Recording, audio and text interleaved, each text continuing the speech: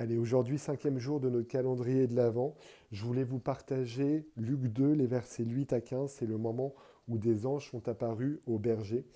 Et donc j'aime beaucoup cette histoire parce que je trouve ça très intéressant que Dieu ait envoyé des anges à des bergers, justement. Il n'a pas envoyé les anges au roi Hérode ou aux dirigeants politiques ou aux dirigeants religieux de l'époque, mais il a envoyé des bergers, enfin il a envoyé ces anges, pardon, à des gens qui étaient humbles, mais qui aimaient véritablement Dieu.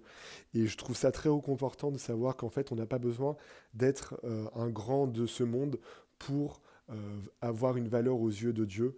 Dieu, il estime tous ses enfants de la même manière, et peu importe qu'on soit riche, grand, beau, pauvre, etc., etc., ce qui compte à Dieu, c'est juste qu'on le serve et qu'on veuille le suivre avec tout notre cœur.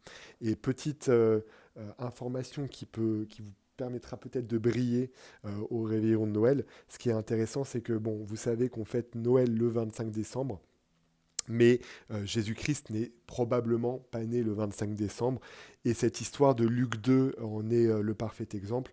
Tout simplement pourquoi? Parce que en ce moment, en Israël, à la période du 25 décembre, il fait très très très très froid. Et donc en fait, les moutons ne sont pas dehors. Ils sont rangés et ils ne sortent que pour paître quand c'est le printemps. Et donc en fait, probablement que Jésus est né plus au mois d'avril. Euh, alors, dans l'église de Jésus-Christ des Saints des Derniers Jours, on croit que sa date de naissance précise est les 6 avril, c'est ce que Dieu a révélé aux prophètes. Mais voilà, en tout cas, je trouve ça très intéressant euh, que voilà, Jésus n'est probablement pas né le 25.